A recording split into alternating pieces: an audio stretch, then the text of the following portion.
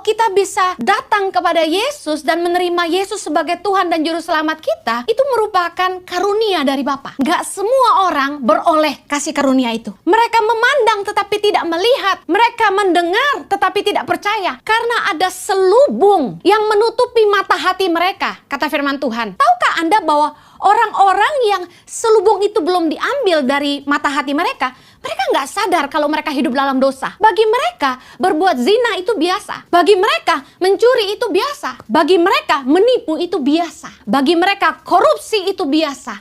Bagi mereka, berbuat jahat sama orang itu biasa. Tetapi ketika selubung itu diangkat dari mata hati kita oleh Roh Allah, di situ ada kemerdekaan yang artinya kita dimerdekakan dari belenggu dosa. Kita yang buta, kita menjadi melihat bahwa selama ini kita hidup sia-sia. Pengenalan kita akan Kristus di titik di mana kita lahir baru merupakan pekerjaan Roh Kudus yang memerdekakan kita dan mengangkat selubung itu dari mata hati kita. Hargailah kasih karunia Tuhan, karena pengenalanmu akan Tuhan merupakan anugerah.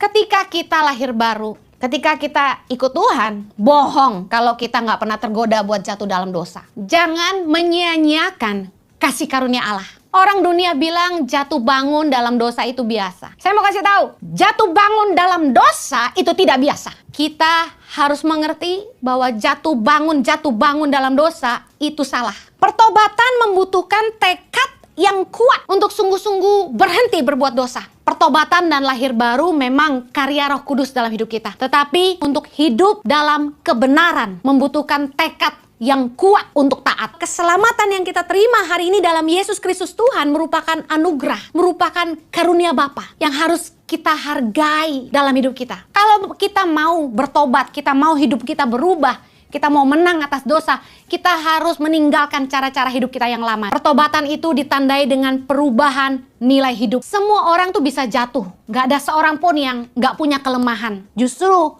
karena kita sadar kita punya kelemahan, kita nggak boleh menciptakan peluang untuk kita jatuh lagi. Jangan mencobai diri sendiri. Anda yang paling tahu apa yang dapat membuat Anda jatuh. Dengar, Anda yang paling tahu batas-batas kemampuanmu. Menjauhlah dari hal-hal yang dapat membuat Anda jatuh lagi dalam dosa. Berada bersama dengan orang-orang yang terus membawa kita jatuh bangun dalam dosa nggak akan menolong kita untuk bertumbuh. Kelilingilah dirimu dengan orang-orang yang dapat menolong hidupmu lebih baik. Saya akan share firman Tuhan dulu dengan tema menang atas dosa. Tahukah Anda bahwa tidak semua orang tuh dapat anugerah untuk mengenal Kristus? Nggak semua orang yang ada di dunia ini yang punya anugerah untuk mengenal Kristus sebagai Tuhan dan Juru Selamat. Saya ingin setiap kita belajar menghargai kasih karunia Tuhan dalam hidup kita dengan menyadari yang pertama-tama bahwa pengenalan kita akan Kristus adalah anugerah. Saya akan tunjukkan beberapa ayat. Pengenalan akan Kristus itu merupakan anugerah Bapa bagi kita. Tahukah Anda bahwa tidak semua orang yang mendengar tentang Kristus serta-merta mereka percaya?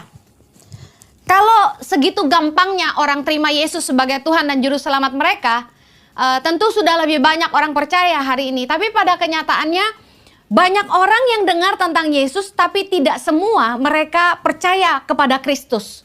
Sekalipun mereka coba baca Alkitab, mereka seperti nggak ngerti. Seperti dibutakan dari mereka. Saya ingin kita lihat ayat ini sama-sama dalam Lukas 8 ayat yang ke-10. Dikatakan firman Tuhan, kita baca sama-sama.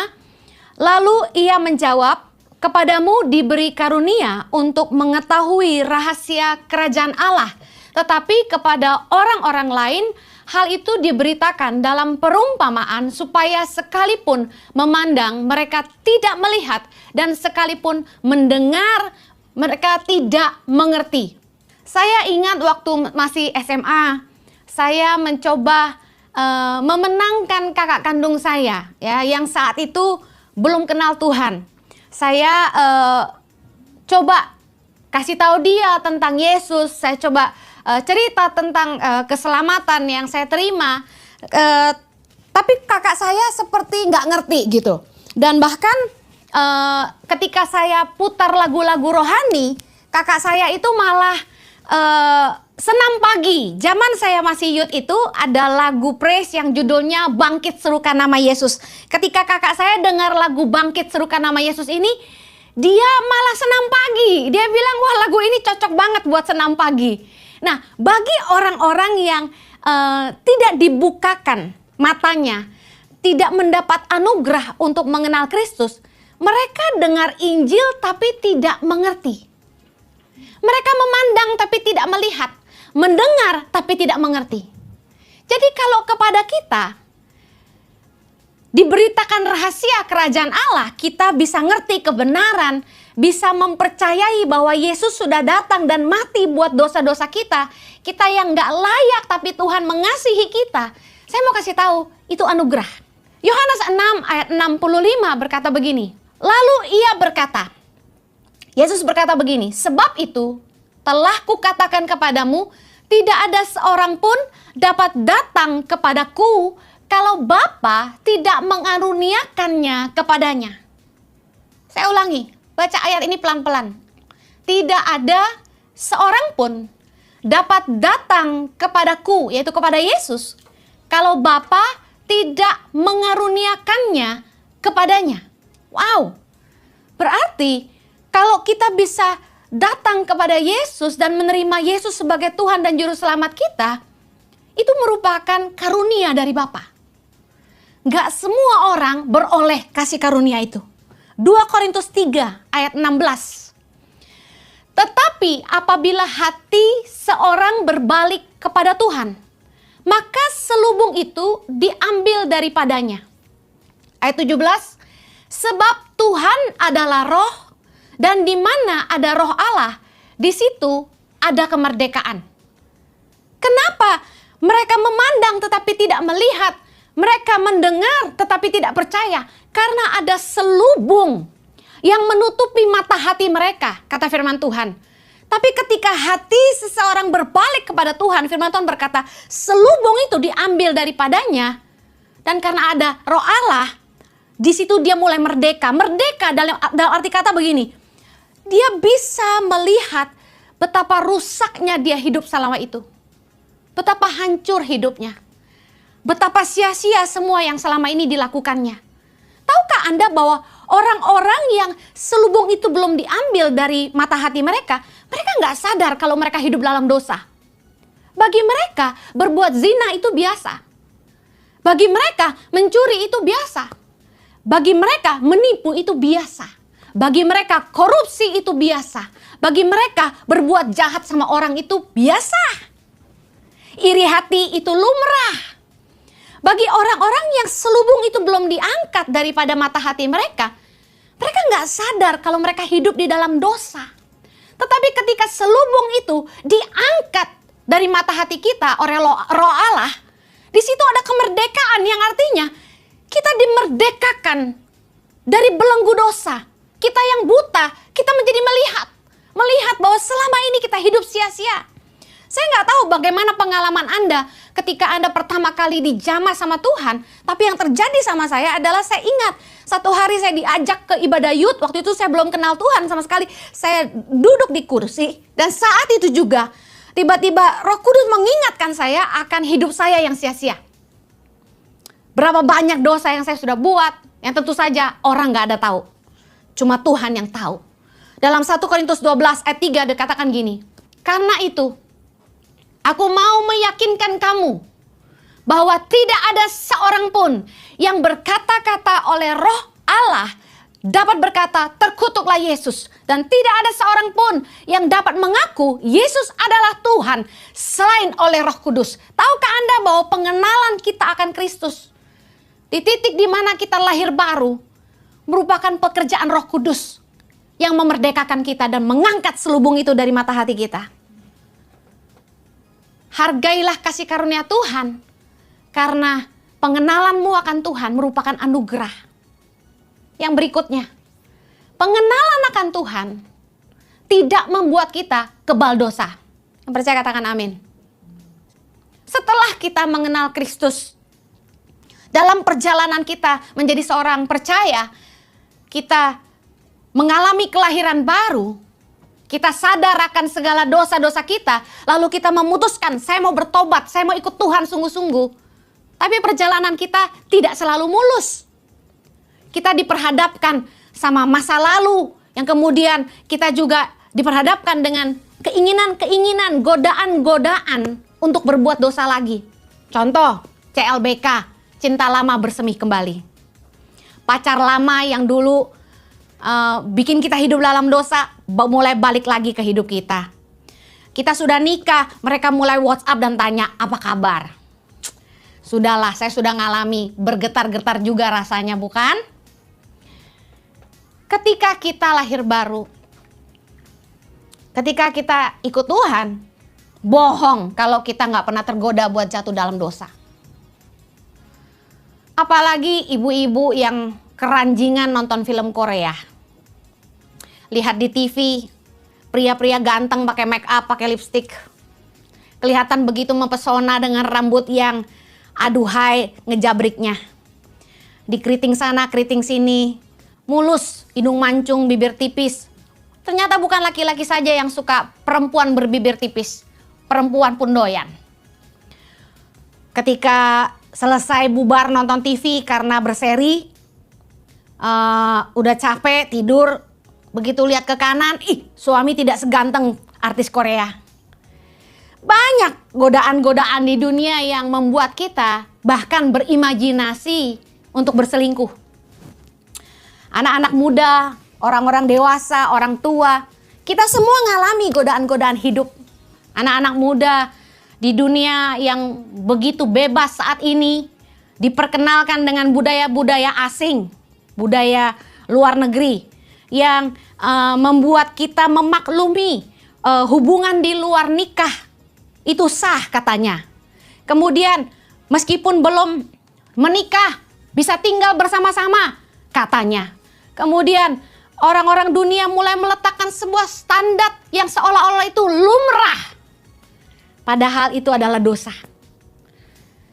Disinilah, di titik inilah, dalam perjalanan iman kita mengikut Kristus, iman kita dan kasih kita kepada Tuhan mulai diuji. Apakah betul kita percaya kepada Tuhan? Apakah betul kita telah menyerahkan hidup kita sungguh-sungguh kepada Kristus? Dan apakah betul kita sungguh-sungguh mengasihi Tuhan? Slide berikutnya, saya ingin mengingatkan kepada kita semua, jangan menyia-nyiakan kasih karunia Allah. Orang dunia bilang jatuh bangun dalam dosa itu biasa. Bahkan bukan cuma orang dunia, orang percaya juga berkata, jatuh bangun dalam dosa itu biasa. Siapa yang gak pernah berbuat dosa? Tidak ada seorang pun yang sempurna. Saya mau kasih tahu, jatuh bangun dalam dosa itu tidak biasa. Ada orang-orang yang berdoa minta ampun sama Tuhan, tapi bikin dosa lagi. Yang lebih gawat gini, para pelayan Tuhan. Shocking. Hari Minggu habis melayani di gereja, bubar gereja bikin dosa. Kita harus mengerti bahwa jatuh bangun dalam dosa itu salah. Itu merupakan tindakan mempermainkan kasih karunia Allah. Galatia 6 ayat 7 berkata, jangan sesat. Allah tidak membiarkan dirinya dipermainkan. Karena apa yang ditabur orang itu juga yang akan dituainya. Saya ingatkan sekali lagi, jangan menyanyiakan kasih karunia Allah. Saya ingin share secara tepat, apa sih arti pertobatan yang sesungguhnya? Pertobatan membutuhkan tekad yang kuat untuk sungguh-sungguh berhenti berbuat dosa. Mungkin ada pertanyaan begini, Kak Heni, Bu Heni, bagaimana sih caranya kita bisa menang atas dosa? Saya mau kasih tahu, segala macam pelajaran yang saya udah dengar, kalau Anda tidak mau jatuh dalam dosa, doa. Yes, saya setuju. Puasa, yes, melatih kita menguasai diri. Tapi ini yang saya mau tekankan. Pertobatan itu membutuhkan tekad yang kuat. Arti dari pertobatan dalam bahasa aslinya adalah metanoia, yang artinya berbalik 180 derajat. Apa yang membuat Anda jatuh hari ini? Selingkuh? Metanoia artinya tambahkan kata tidak di semua kebiasaan dosamu. Tambahkan kata tidak di setiap kebiasaan burukmu. Dosamu apa? Berbohong.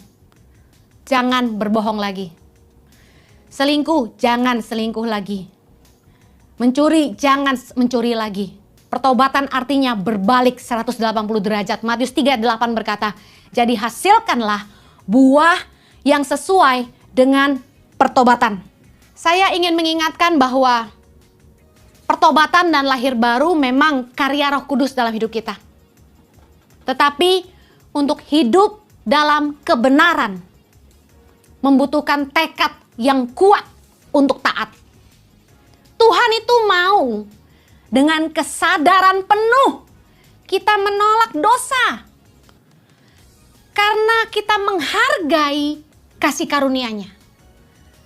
Di awal khotbah ini saya dasari dulu dengan sebuah pengertian bahwa keselamatan yang kita terima hari ini dalam Yesus Kristus Tuhan merupakan anugerah, merupakan karunia Bapa yang harus kita hargai dalam hidup kita.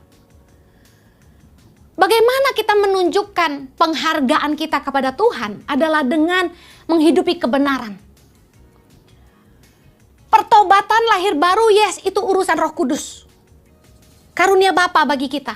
Tetapi untuk hidup dalam kebenaran, sungguh-sungguh membutuhkan tekad yang kuat untuk kita taat.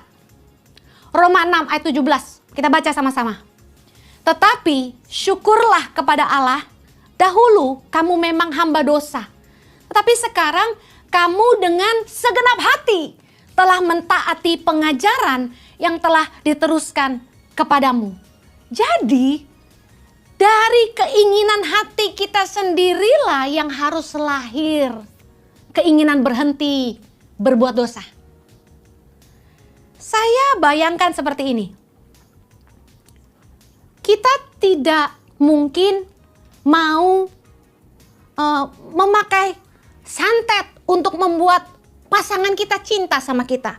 Ada beberapa orang yang pakai santet saking desperate.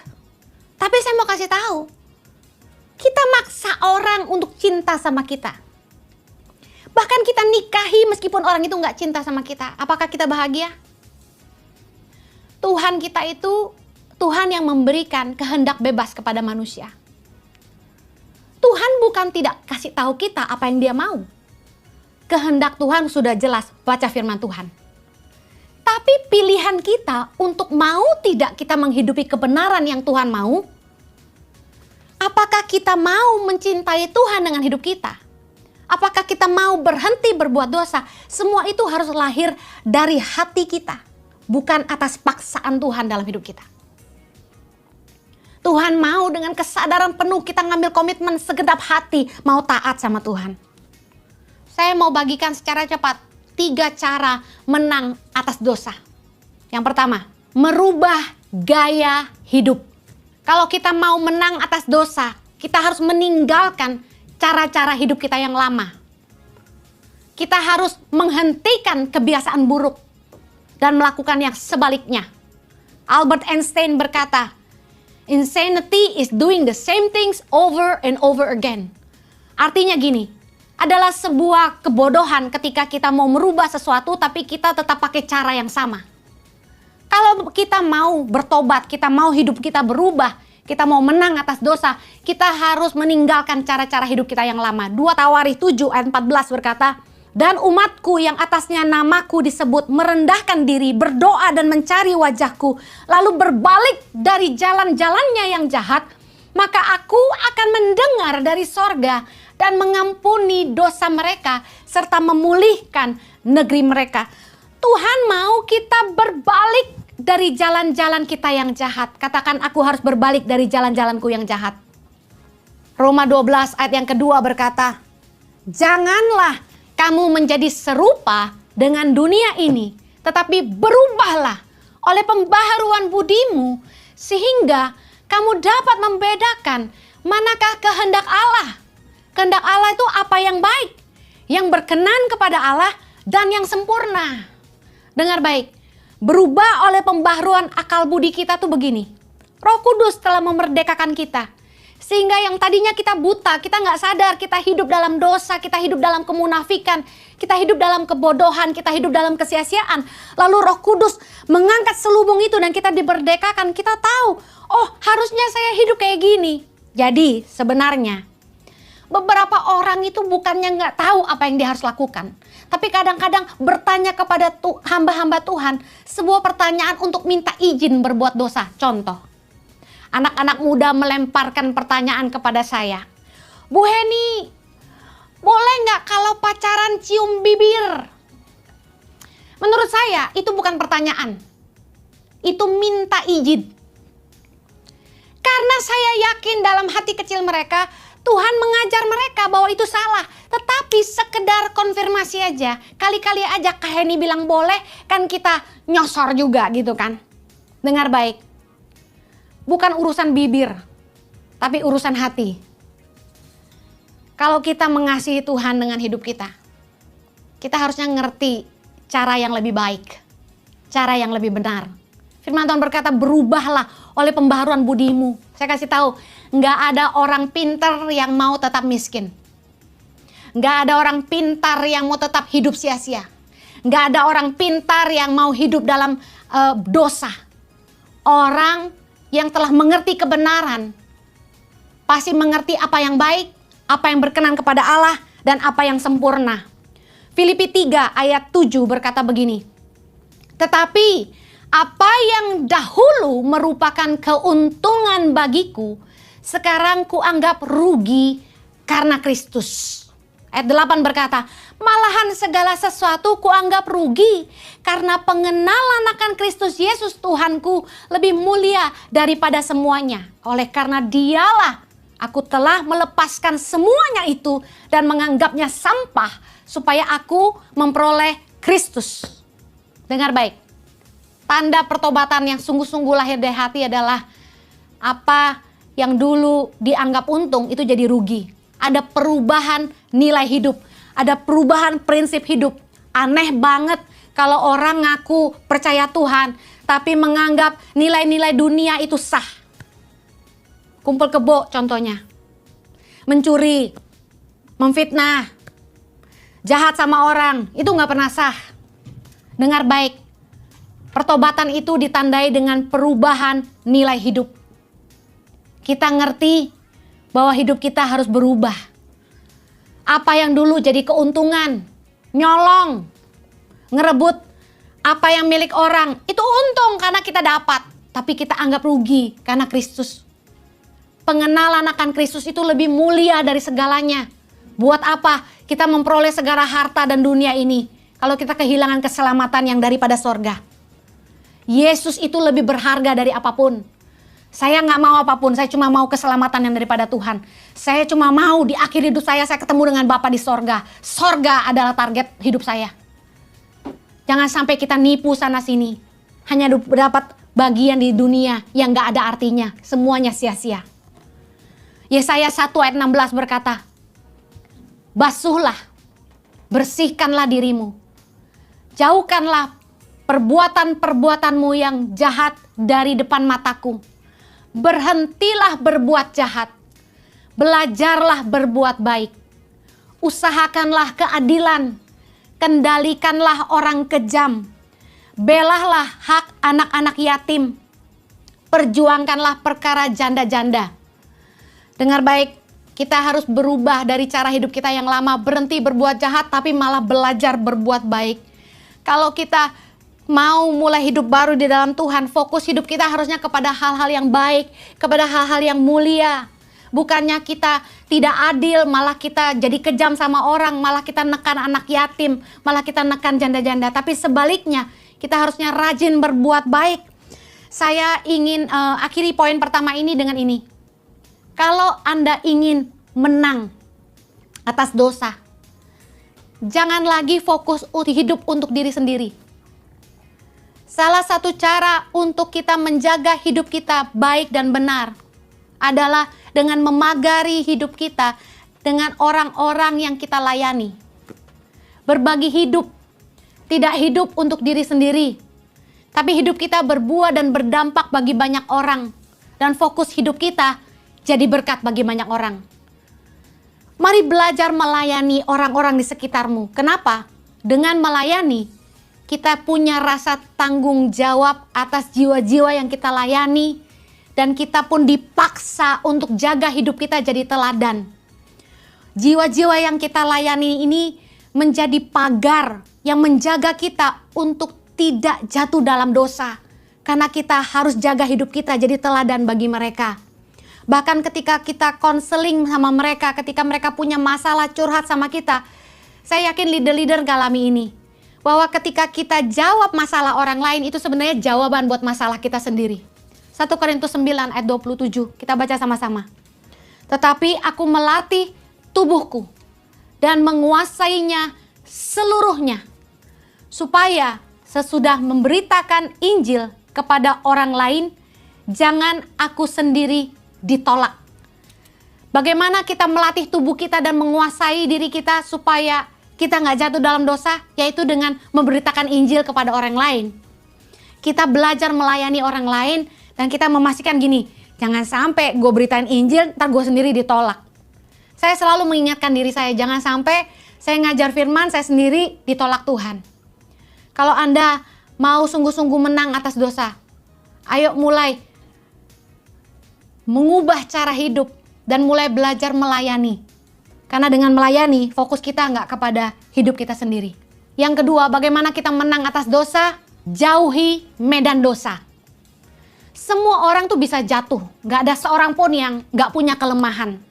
Justru karena kita sadar kita punya kelemahan, kita nggak boleh menciptakan peluang untuk kita jatuh lagi. Contoh, anak-anak muda, kalau pacaran, jangan berdua-duaan di tempat gelap. Jangan menciptakan peluang untuk berbuat dosa. Jangan justru ketika mama papa nggak ada di rumah, cepat-cepat telepon pacar, datang. Nah, apalagi diajak nginep. Dengar baik, jangan menciptakan peluang untuk berbuat dosa. Anak-anak muda sering nonton film-film porno, lihat gambar-gambar porno di internet. Dengar baik, jangan menciptakan peluang untuk Anda jatuh dalam dosa.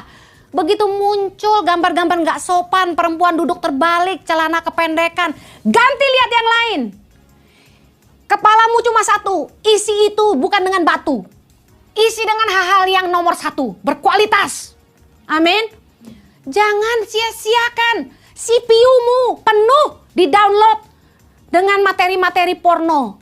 Yang keluar dari situ juga perkara-perkara najis. Jauhi medan dosa. Laki-laki kelemahannya itu di mata. Kalau Anda mau menjauhi medan dosa, jangan suka lihat perempuan-perempuan berpakaian mini. Kalau di luar negeri, musim panas orang jalan-jalan pakai bikini itu biasa.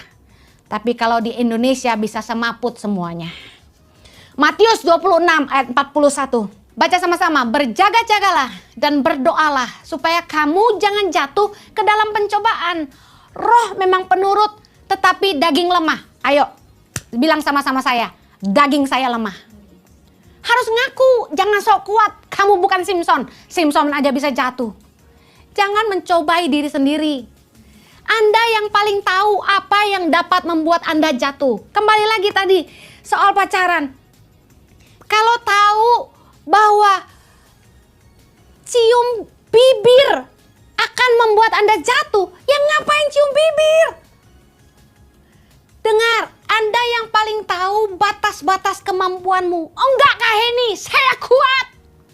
Cobain aja. Jangan cobain, nggak boleh. Nanti malah jatuh beneran. Dengar baik, jangan mencobai diri sendiri.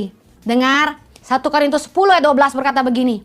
Sebab itu, siapa yang menyangka bahwa ia teguh berdiri, hati-hatilah supaya ia jangan jatuh. Bapak-bapak, ibu-ibu, dengar baik. Kan saya sudah nikah, anak sudah 3. Siapalah yang mau sama saya? Ada. Jangan cobai dirimu sendiri.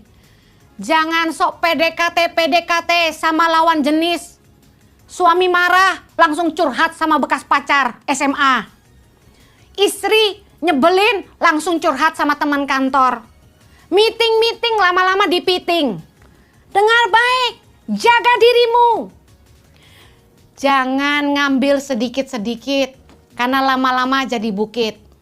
Dengar baik, jangan toleransi sama dosa. Jangan kompromi, jangan main-main sama dosa. Apapun bisa membuat Anda jatuh. Menjauhlah dari hal-hal yang dapat membuat Anda jatuh lagi dalam dosa. Saya dan suami mengalami dalam hubungan rumah tangga kami. Suamiku tuh kan ganteng sekali. Dan banyak cewek-cewek jomblo yang ketika ketemu suamiku langsung bilang gini, wah itu siapa tuh, siapa tuh. Saya dengar ya. Saya dengar juga langsung ada yang nyela. Anaknya 3 tuh. Tapi zaman sekarang, jangankan anak 3, anak 10 pun suami orang dilalap. Saya suka makan lalap, tapi saya nggak suka lalap suami orang. Dengar baik. Saya begitu lihat ada cewek gitu ya, istri orang juga ini, suka curhat-curhat ke suami saya, suka manja-manja ke suami saya.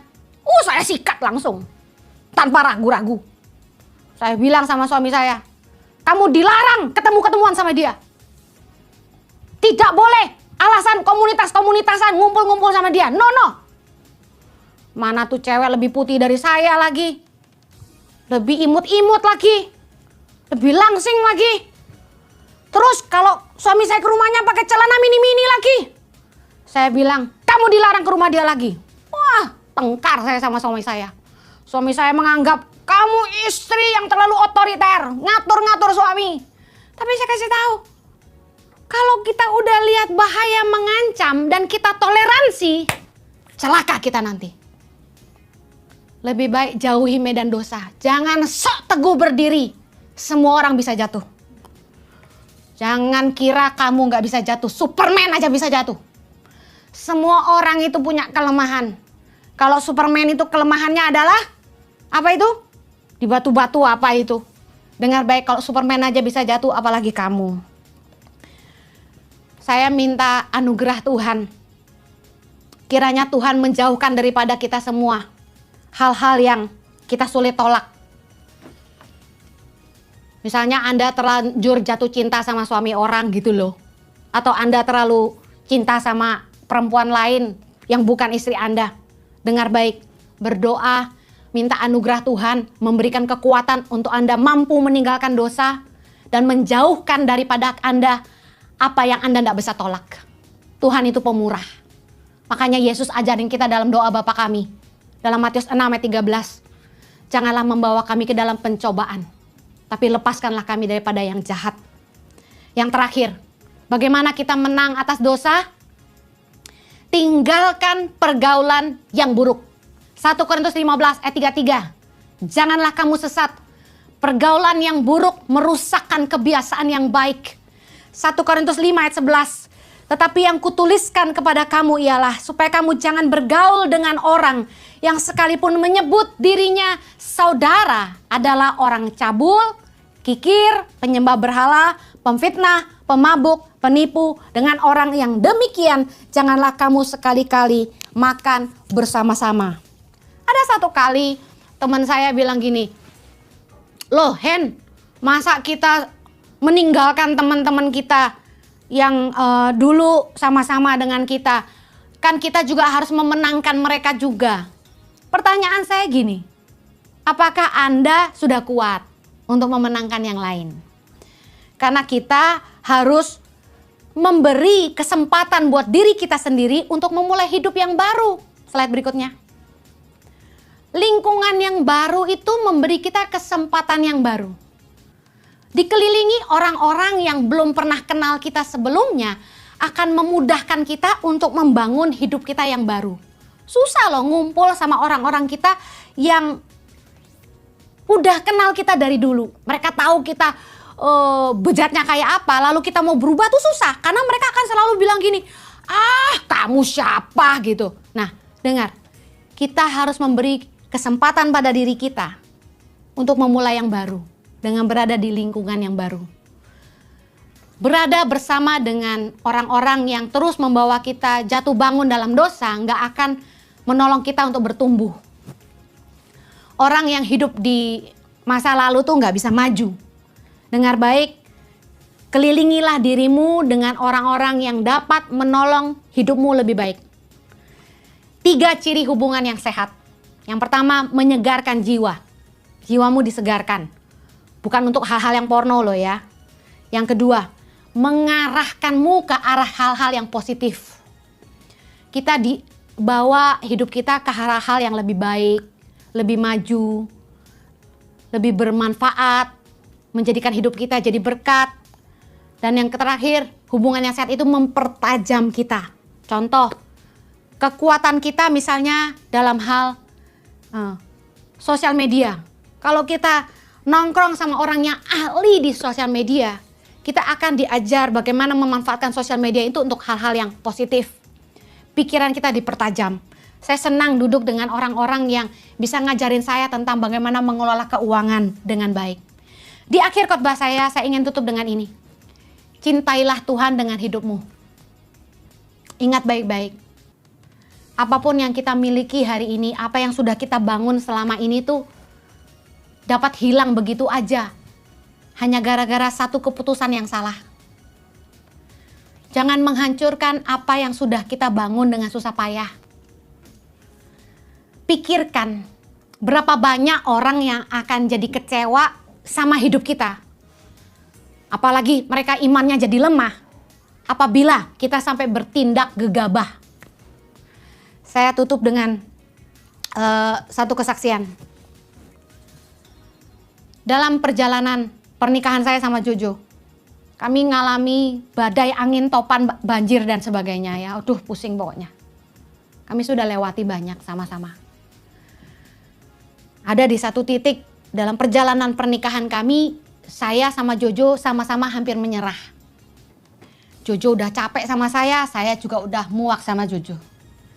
Kami berdua sempat mau melepaskan tangan kami. Tapi ini yang saya belajar. Bahwa apa yang sudah kita bangun sama-sama dengan susah payah itu bisa hancur dalam sekejap mata. Oleh karena keputusan yang salah. Saya mulai mikirin anak-anak saya, anak-anak asuh saya, staf-staf kami, jemaat yang kami layani, para partners. Kalau sampai kami ngambil keputusan yang salah, semuanya hancur. Apalah artinya sebuah kebahagiaan sesaat yang kita rasa kalau kita harus kehilangan segala-galanya termasuk sorga. Ayo bertumbuh, gak cuma dengar khotbah ulang-ulang tiap minggu, tapi hidup sungguh-sungguh menang atas dosa. Supaya hidup kita juga bisa jadi teladan buat hidup banyak orang.